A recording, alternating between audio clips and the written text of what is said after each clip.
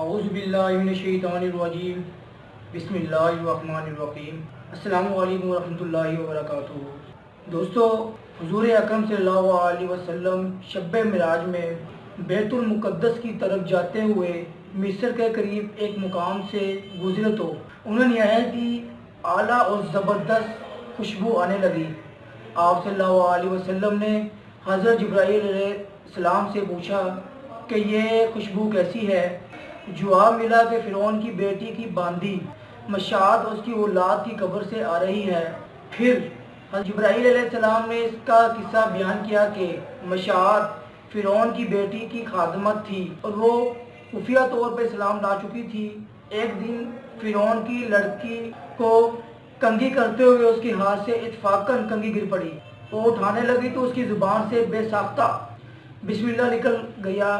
اس پر شہزادی نے کہا کہ تو نے آج عجیب کلمہ بولا، رب تو میرے باپ فرعون ہی ہیں، تو پھر تم نے یہ کس کا نام لیا ہے؟ اس نے جواب دیا، فرعون رب نہیں بلکہ رب وہ اللہ ہے جو مجھے اور تجھے اور خود فرعون کو روزی دیتا ہے۔ شہزادی نے کہا، اچھا تو میرے باپ کے سوا کسی اور کو اپنا رب مانتی ہے؟ اس نے جواب دیا، ہاں، میرا اور تیرا رب اور تیرے باپ کا رب سب کا رب اللہ تعالیٰ ہے۔ شہزادی نے اپنے باپ سے کہلوایا۔ وہ سخت غضبناک ہوا اور اس وقت اسے برسر دربار بلوایا اور کہا، کیا تو میرے سوا کسی اور کو اپنا رب مانتی ہے؟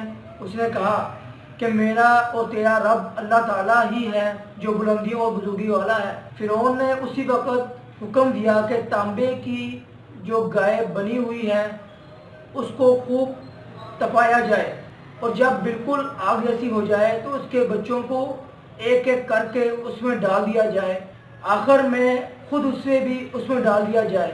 چنانچہ وہ گرم کی گئی۔ جب آگ جیسی ہو گئی تو حکم دیا کہ اس کے بچے کو ایک ایک کر کے اس میں ڈالنا شروع کرو۔ اس نے کہا، بادشاہ ایک درخواست میری منظور کرو، وہ یہ کہ میری اور میرے ان کی بچوں کی ہڈیاں ایک ہی جگہ ڈال دینا۔ اس نے کہا، اچھا، تیرے کچھ حقوق ہمارے ذمہ ہیں اس لیے یہ منظور ہے۔ اس کی دونوں بچیاں اس کی آنکھوں کے سامنے اس میں ڈال دی گئی اور فوراً جل کر آگ ہو گئیں۔ پھر سب سے چھوٹے کی باری آئی جو ماں کی چھاتی سے لگا ہوا دودھ پی رہا تھا۔ فرعون کے سپاہیوں نے اسے گھسیٹا تو اس نیک بندی کی آنکھوں تلے اندھیرا چھا گیا۔ اللہ تعالیٰ نے اس بچے کو اس وقت زبان دے دی اور اس نے بآواز بلند کہا، اماں جان افسوس نہ کر، اماں جان ذرا بھی پشو پیش نہ کر، حق پر جان دینا ہی سب سے بڑی نیکی ہے۔ چنانچہ انہیں صبر آ گیا، اس بچے کو بھی آگ میں ڈال دیا گیا اور آخر میں ان کی ماں کو بھی اسی آگ میں جلا کر مار دیا گیا۔ یہ خوشبو کی مہکیں اس کے جنتی محل سے آ رہی ہیں۔